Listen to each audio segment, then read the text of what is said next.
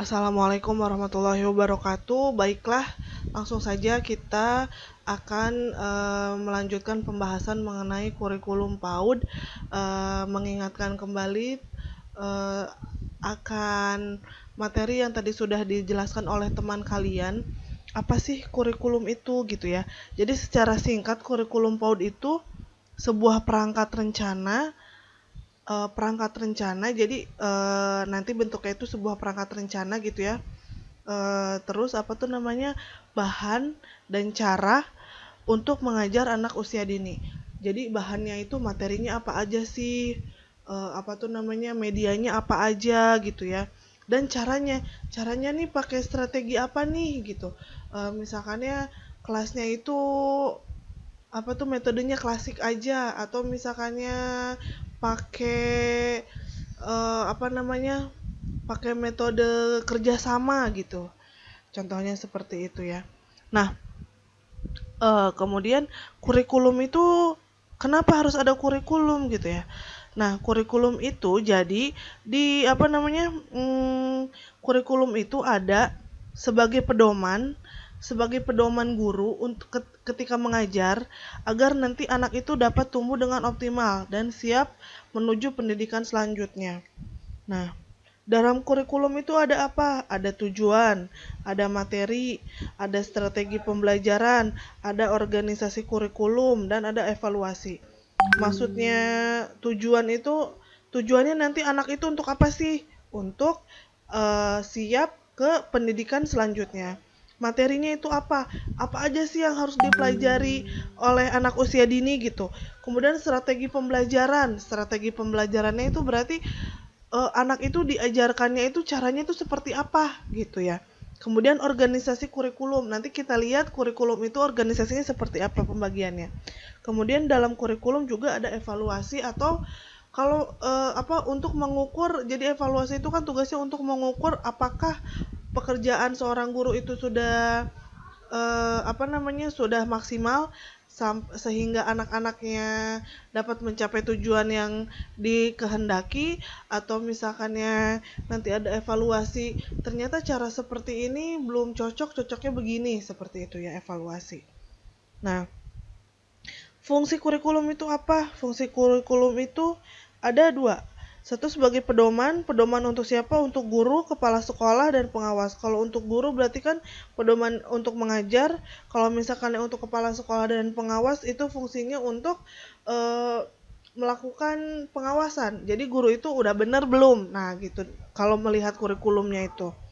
Kemudian membantu anak mengembangkan tadi, nanti kita lihat mengembangkan psikisnya juga fisiknya, kayak gitu. Nah, kita langsung aja ke Peraturan Menteri Pendidikan dan Kebudayaan Republik Indonesia nomor 146 tahun 2014.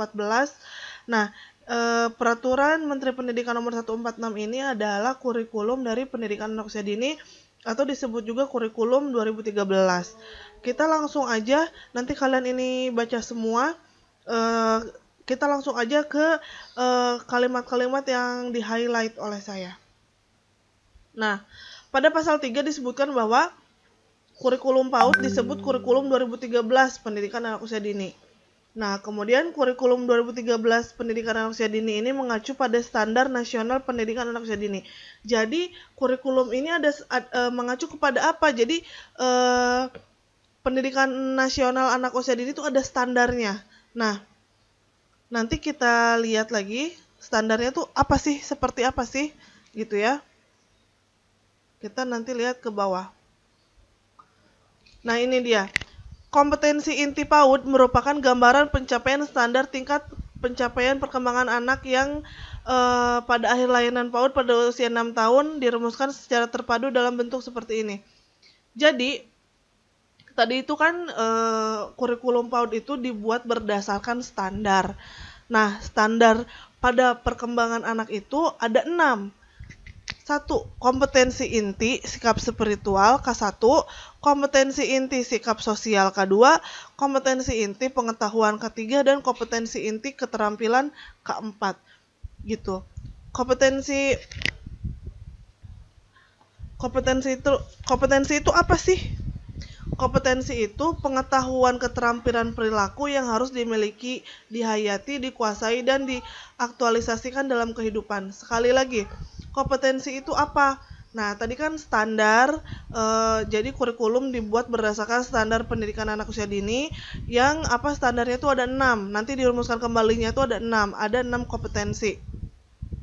Maksudnya ada 4 kompetensi yang nanti pada anak umur ketika anak umur 6 tahun itu sudah memiliki kompetensi tersebut. Ada 4 kompetensi ya tadi, spiritual, sosial, K2, inti pengetahuan K3, dan kompetensi inti keterampilan.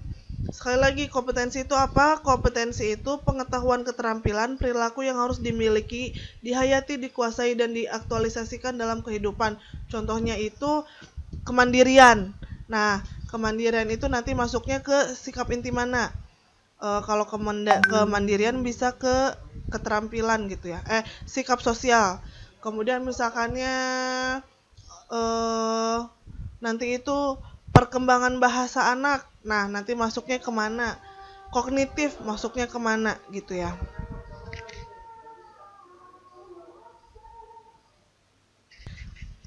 Baik, lanjutkan kembali. Jadi, kompetensi inti ini adalah standar-standar atau karena ini ada 4, berarti 4 hal yang harus dimiliki seorang anak ketika nanti dia berusia 6 tahun. Jadi anak itu harus punya kompetensi spiritual, sikap sosialnya harus kayak gimana, pengetahuannya gimana, keterampilannya kayak gimana.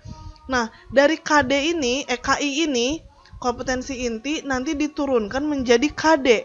KD itu adalah tingkat kemampuan dalam konteks muatan pembelajaran, tema pembelajaran, dan pengalaman belajar yang mengacu pada kompetensi inti. Nah, KD itu terdiri dari apa? A. Dasar sikap spiritual, sikap sosial, pengetahuan, dan keterampilan. Struktur kurikulum, PAUD memuat program-program pengembangan yang mencakup nilai agama dan moral, fisik motorik, kognitif, bahasa, sosial, emosional, dan seni. Jadi nanti pembelajaran yang dikembangkan oleh guru itu harus untuk mengembangkan kemampuan ini nih. Kemampuan anak ini, nilai agamanya, fisik motoriknya, kognitifnya, bahasanya, sosial emosionalnya, dan seninya. Jadi pembelajaran itu dirancang untuk mengembangkan aspek-aspek ini. Oke, kita lanjut lagi. Sekarang kita ke kerangka dasar dan struktur kurikulum pendidikan anak usia dini. Nah, nanti kalian bisa baca sendiri di sini. Pengertian kurikulum. Tadi balik lagi ya. Pengertian kurikulum. Jadi, kurikulum itu adalah seperangkat rencana dan pengaturan mengenai tujuan, isi, dan bahan pengajaran, serta cara yang digunakan sebagai pedoman penyelenggaraan kegiatan pembelajaran untuk mencapai tujuan pendidikan tertentu. Tadi tujuan pendidikannya itu anak itu harus punya K1, K2, K3, K4. Yang tadi di atas itu ada 4 K1 ya. Nah, langsung lagi kita ke bawah lagi. Kurikulum 2013 pendidikan anak usia dini dirancang dengan karakteristik sebagai berikut. Jadi, kurikulum yang udah ada sekarang itu dirancangnya berdasarkan apa? Berdasarkan 4 poin ini untuk mengoptimalkan perkembangan nilai agama dan moral, fisik motorik, kognitif, dan lain-lain. Nanti kalian baca. Kemudian menggunakan pembelajaran tematik dan pendekatan saintifik. Nah, pembelajaran tematik itu apa sih? Nah, pembelajaran tematik itu Pembelajaran tematik itu adalah pembelajaran terpadu menggunakan tema untuk mengaitkan beberapa mata pelajaran jadi pembelajaran bermakna. Jadi gini, supaya pembelajaran itu bermakna, pembelajaran itu dituangkan ke dalam sebuah tema. Jadi gini, misalkannya anak-anak, misalkannya guru memilih tema mengenai contohnya pekerjaan, misalkannya pekerjaan. Berarti nanti pembelajaran mengenai aspek nilai agamanya itu, aspek nilai agama dan moralnya itu mengenai pekerjaan, fisik motoriknya itu mengenai pekerjaan, kognitifnya itu mengenai pekerjaan, bahasanya itu mengenai pekerjaan, sosemnya juga gitu. Jadi nanti anak itu mendapatkan pengetahuan yang utuh mengenai pekerjaan tersebut gitu. Jadi anak karena utuh jadi lebih bermakna, jadi lebih nempel gitu di anaknya itu ya. Nah, kemudian eh, menggunakan pendekatan saintifik. Pendekatan saintifik itu apa? Pendekatan saintifik itu pembelajaran yang dirancang agar anak belajar mempunyai keterampilan melalui tahapan mengamati, menanya, mengumpulkan informasi, menalar, dan mengomunikasikan. Jadi pembelajaran yang nanti kalian rancang itu, anak itu dirancang supaya anak itu belajarnya gimana caranya? Supaya anak itu mengamati. Kemudian setelah mengamati anak itu bertanya. Kemudian dari bertanya tersebut anak nanya, anak mengumpulkan informasi.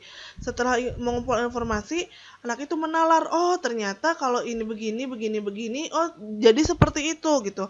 Dan mengkomunikasikannya kembali. Contohnya gini, mana yang lebih saintifik? Apakah guru misalkannya memberikan buku-buku tentang binatang, kemudian misalkannya nanti kalian memberikan buku tentang berbagai macam binatang. Kemudian guru bisa bertanya misalkannya dari binatang-binatang ini mana yang bisa kita pelihara di rumah. Uh,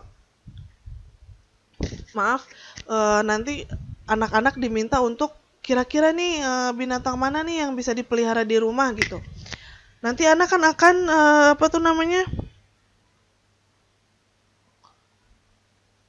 anak akan mengamati kira-kira mana nih binatang yang bisa bisa dipelihara di rumah ya.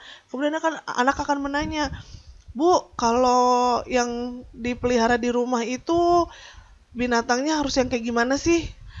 Berarti kan guru nanti ngasih tahu binatang yang bisa dipelihara di rumah itu misalkannya yang jinak, yang ukurannya kecil misalkannya gitu ya.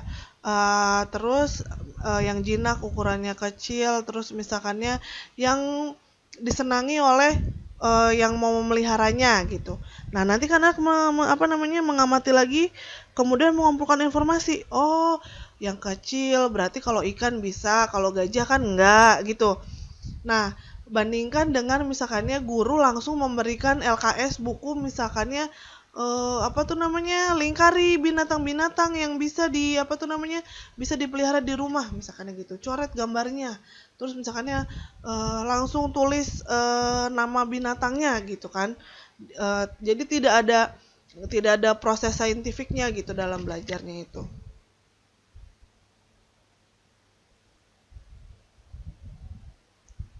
Kemudian menggunakan penilaian autentik. Autentik itu kan berarti apa adanya ya. Nanti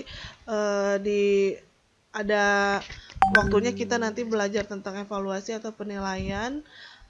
Kemudian memberdayakan peran orang tua dalam proses pembelajaran.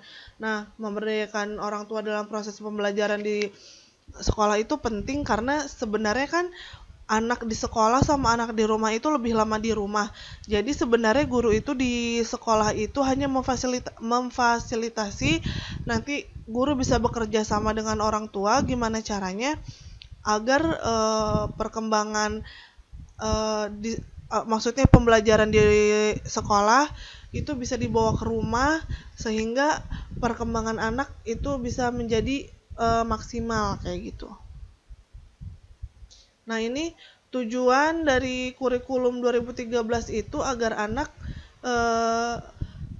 berkembang potensinya dan untuk menempuh pendidikan selanjutnya. Jadi pendidikan selanjutnya kan pendidikan dasar, anak itu lebih siap ketika masuk SD gitu.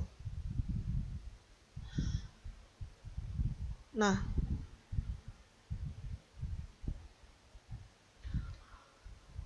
kurikulum PAUD itu dibuat berdasarkan beberapa landasan. Nanti kalian baca landasan filosofis. Nanti kalian baca filosofisnya itu apa sih? Salah satunya yaitu usia dini adalah masa ketika anak menghabiskan sebagian besar waktu untuk bermain. Nah, nanti kalian itu digarisbawahi, berarti nanti pembelajaran yang kalian buat itu harus kegiatan main gitu. Karena nih menurut landasan filosofisnya juga anak itu kan suka bermain. Nanti pembelajaran yang kalian buat itu harus membuat kegiatan main. Jadi bukan kegiatan belajar sebenarnya, karena anak itu belajarnya lewat main. Nah, kemudian landasan sosiologisnya menyatakan bahwa masyarakat Indonesia itu adalah masyarakat yang sangat beragam, sehingga pendidikan kurikulum 2013 pendidikan anak usia dini itu dikembangkan secara inklusif untuk memberi dasar terbentuknya sikap saling menghargai dan tidak membeda-bedakan. Nah, nanti pembelajaran yang kalian buat juga harus seperti itu, tidak membeda-bedakan orang, agama, ras gitu ya. Nah, landasan psikopedagogis nanti kalian baca juga, harus sesuai dengan tahapan perkembangan dan potensi anak. Jadi anak pendidikan anak usia dini itu kan masih tahapan konkret. Nah, kira-kira belajarnya jadi seperti apa? Apakah langsung boleh membaca, boleh menulis, tapi tahapannya seperti apa? Apakah sudah sesuai atau belum? Bisa dilihat nanti landasan yuridisnya, landasan yang lainnya. Nah, muatan kurikulumnya itu ada program pengembangan nilai agama dan moral, fisik motorik, kognitif, bahasa, sosial emosional, dan pengembangan seni. Ini kompetensi inti. Lebih menjelaskan lagi tentang kompetensi inti. Jadi kompetensi ini tadi sudah disebutkan ya, standar tingkat pencapaian perkembangan anak. Jadi nanti anak itu ketika anak umur 6 tahun, dia mempunyai ini, sudah mampu ini, mempunyai kemampuan ini nih, kemampuan dalam spiritual, sosial, pengetahuan dan keterampilan gitu. Nih. Ini kompetensi K1, K2, K3 nanti kalian baca. Contohnya gini, K2 itu kan kompetensi sikap sosial. Jadi nanti anak itu memiliki perilaku hidup sehat, rasa ingin tahu, kreatif dan estetis, percaya diri, disiplin, mandiri, peduli, mampu menghargai dan toleran kepada orang lain. Jadi nanti pembelajaran yang kalian buat itu supaya anak itu kreatif, percaya diri gitu ya. Seperti itu. Contohnya mengenali diri, keluarga, teman, pendidik. Nanti misalkannya ketika tema diri sendiri. Nah, anak itu kan kita nanti belajar laki-laki perempuan. Ciri anak laki-laki itu seperti apa? Ciri anak perempuan itu seperti apa? Oh, saya itu perempuan, makanya saya pakai kerudung. Misalnya saya laki-laki, rambut saya pendek. Seperti itu ya. Keluarga, susunan keluarga itu ada siapa aja, ada ayah, ada ibu, kakek, nenek gitu. Contohnya seperti itu. Nanti dituangkan ke dalam pembelajaran. K1 itu nanti diturunkannya menjadi KD. Selain ada KI, ada KD. Dari KI ini nanti jadi KD. Dari tadi yang KI 2 tadi itu, jadi contohnya ini KD-nya memiliki perilaku yang mencerminkan hidup sehat, memiliki perilaku yang mencerminkan sikap ingin tahu. Misalkan kita belajarnya tentang diri sendiri. Untuk mencerminkan hidup sehat, belajarnya misalkannya aku bisa menggosok gigi sendiri, misalkannya gitu. Nanti KD-nya itu memiliki perilaku mencerminkan hidup sehat. Kegiatan pembelajarannya apa? Menyikat gigi, misalkannya kayak gitu. Nah, ini KD-nya nanti kalian baca lagi. Nanti kita akan lihat lagi ketika melakukan perencanaan pembelajaran. Baiklah, mungkin nanti kalian bisa baca-baca sendiri. Nanti apabila ada yang masih bingung atau ingin ditanyakan, silakan tanyakan di forum. Oke, terima kasih. Assalamualaikum warahmatullahi wabarakatuh.